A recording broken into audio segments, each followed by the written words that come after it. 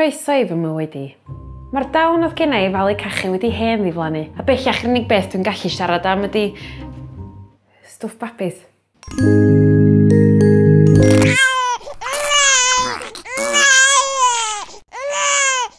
Dyddiau yma mae'n sgyrsia fi mynd rhywbeth fel hyn.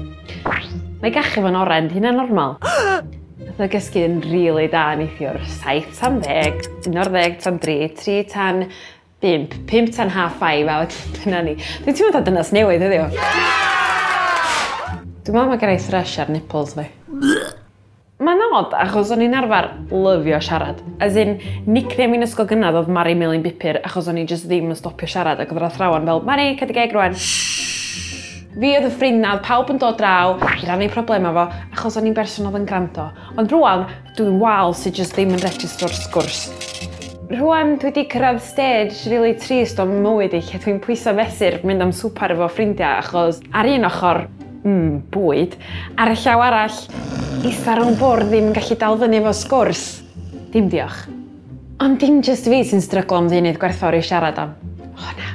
Mae'r bobl yma heb fabi sy'n dod i fyny at fi mewn siops ar faes yr eisteddfod neu just ar y stryd. Maen nhw gyd yn gofyn yr un cwestiynau i fi. O, feint oed, Iowan, bwyta dy hun ti? O, mae hynna'n mynd o weird ar ôl chydig ddod ydy. Debyg i mam ta dad gydwa. O, debyg i'w dad ydy o fyd, de. Hogyn ta hogan, dwi'n methu deud ydi yma fo'r dillad lliwgar yma. Felly, dwi'n osgoi bobl. A dwi'n gwybod bod fi'n pen fy hun achos dwi wedi gweld merched eraill fatha fi. Mwy o ferched fatha fi oedd unwaith yn fywyd pob parti. Oedd wastad efo dillad neis. Bellach yn gwisgo parcas sy'n lot rhy fawr a ygbots hen. Y merched na sydd yn parcio yn y carpag pella fel bod nhw'n gorfod rhedeg y risg o bympio fewn i'r ferchnas hyd na'ch yn gorgeous.